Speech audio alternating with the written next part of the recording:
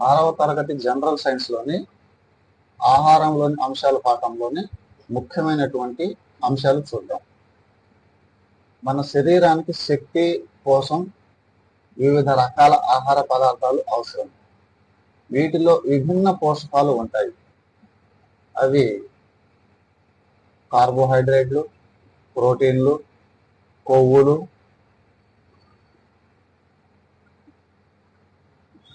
విటమిన్లు, అలాగే ఖనిజాలు, నీరు, ఫైబర్ లేదా ఆహార తంతు. ఇవి ముఖ్యమైనటువంటి అంశాలు. వీటి గురించి ఒక్కొక్కటి ఇప్పుడు మనము వివరించుకుందాం. ఒకటి, కార్బోహైడ్రేట్లు. ఇవి ఏం పనిచేస్తాయనంటే శక్తిని అందిస్తాయి. ఆ ఆహార పదార్థాలు ఏమేమి ఏంటంటే అన్నం, రొట్టె, పప్పు, పిండి పదార్థాలు. అలాగే రెండో అంశము ప్రోటీన్లు.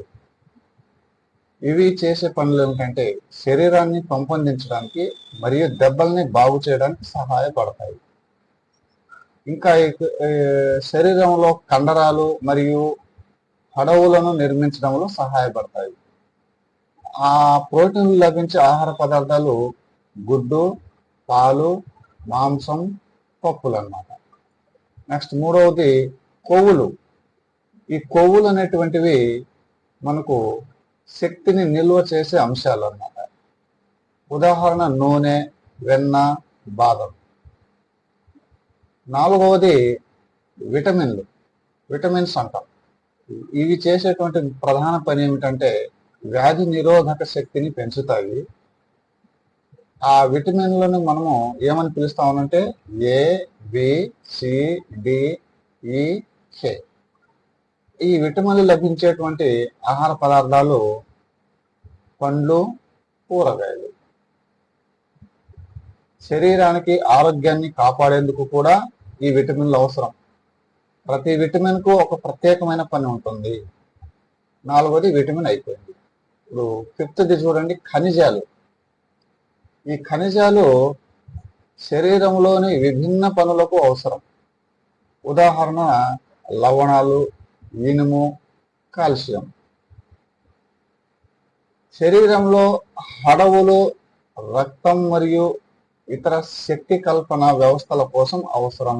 అందుకనే డాక్టర్ గారు మనకు ఇవి ఖనిజాలు ఉన్నటువంటివి, విటమిన్లు ఉన్నటువంటివి మనకు అందిస్తూ ఉంటారు. నెక్స్ట్ జలము, వాటర్. శరీరంలోని అన్ని చర్యలకు అవసరము. మంచి ఆరోగ్యానికి రోజుకు చాలా నీరు త్రాగాలి అన్నమాట. జలము ఈ శరీరంలోని రసాయనిక చర్యల కోసం ముఖ్యమైనది. ఈ నీరు చాలా అవసరం. ఆహారంలో నీరు అనేటువంటిది ఒక ముఖ్య భాగం. నెక్స్ట్ ఏడవ అంశం ఏంటంటే ఫైబర్. మనం దీన్ని డైటరీ ఫైబర్ అంటాం. ఈ ఫైబర్ అనేది మనకి శరీరానికి ముఖ్యంగా దేనికి ఉపయోగపడుతుందంటే జీర్ణ వ్యవస్థకు సహాయం పడుతుంది. మనం అందుకనే ఆహారంలో ఫైబర్ ఉన్నటువంటి ఆహారం తీసుకోండి అని అంటూ ఉంటారు. డాక్టర్ గారు కూడా ఫైబర్ ఎక్కువ ఉన్నటువంటివి ఆహారం తీసుకోండి అని అంటూ ఉంటారు. ఈ ఫైబర్ లభించేటువంటి ఆహార పదార్థాలు ఏమిటంటే కూరగాయలు, పండ్లు, ధాన్యాలు.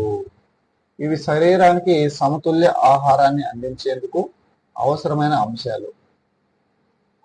పిల్లల అభివృద్ధి, ఆరోగ్యం మరియు శక్తి కోసం అన్ని అంశాలు సమతుల్యంగా ఉండేలా చూసుకోవాలి. సారాంశం ఏంటంటే ఆహారము ఏమేమి కలిగి ఉంటుందంటే పోషకాలు, జలము, తంతువులు. విభిన్న పోషకాలతో కూడిన ఆహారం తీసుకుంటే మన ఆరోగ్యం బాగుంటుంది. అర్థమైంది కదా? ఈ ఆహారం అనేటువంటిది ఏమేమి కలిసి ఉంటుంది చూడండి. పోషకాలు, జలము, తంతువులు, ఫైబర్ అన్నమాట. ఇవన్నీ కలగలిపినటువంటి ఆహారాన్ని తీసుకోవడం వల్ల మన ఆరోగ్యం అనేటువంటిది దెబ్బతినకుండా ఉంటుంది. ఇవి 6వ తరగతి పాఠంలోని ఆహారంలోని అంశాలు అనేటువంటి పాఠంలో ప్రధాన అంశాలు. ఇవి మీకు వివిధ రకాల పోటీ పరీక్షలకు పనికొచ్చేటువంటి ప్రధానమైనటువంటి బిట్లు. నా ఛానల్ని సబ్స్క్రైబ్ చేయగలరని కోరుకుంటున్నాను. ధన్యవాదాలు.